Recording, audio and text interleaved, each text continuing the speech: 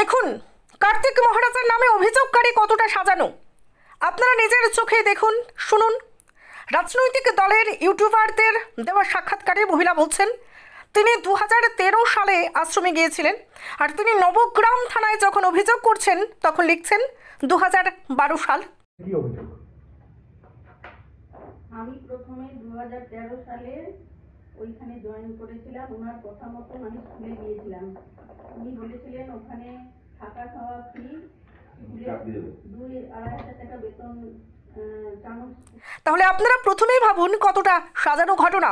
থানায় যখন অভিযোগ করতে চান কোনো মেইন স্ট্রিম মিডিয়ার সামনে কিছু বলতে চাননি, কারণ তাকে নিয়ে এসেছিলেন সেই রাজনৈতিক দলের ইউটিউবাররা।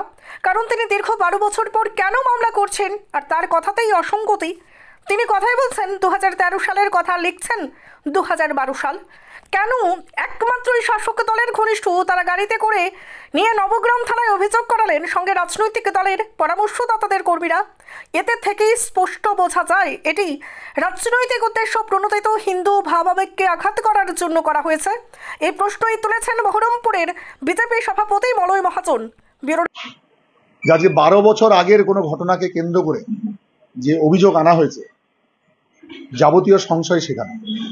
কার্তিক মহারাজ ইদানিংকালে শুধু পশ্চিমবাংলা নয়, ভারতবর্ষের একজন অন্যতম ব্যক্তিত্ব।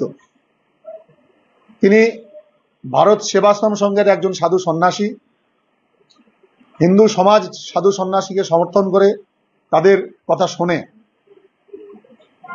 একজন মিলিটারি তার স্টেন গান দিয়ে, পুলিশ তার বন্দুক দিয়ে অনেক সময় মানুষকে তার নিয়ন্ত্রণে রাখতে পারেন, কিন্তু একজন সাধু, একজন সন্ন্যাসী, কোটি কোটি মানুষ তার কথায় অনেক সময় উঠবস করে, তার কথা শুনে।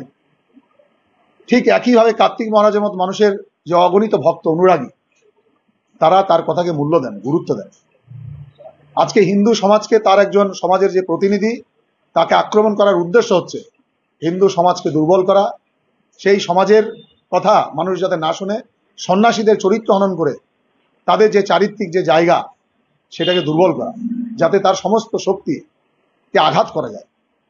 সেই কারণে আজকে বর্তমান যে সরকার, সেই সরকারের মুখ্যমন্ত্রী নিজে বিভিন্ন সময় কার্তিক মহারাজ প্রতি ঈর্ষাপরায়ণে বিভিন্ন আক্রমণ করেছেন। সেই কারণে আমার নিশ্চিত ধারণা আজকে পশ্চিমবঙ্গের যারা সরকারি দল, তারা উদ্দেশ্য প্রণোদিত হবে কার্তিক মহারাজের বিরুদ্ধে এই অভিযোগ এনেছে।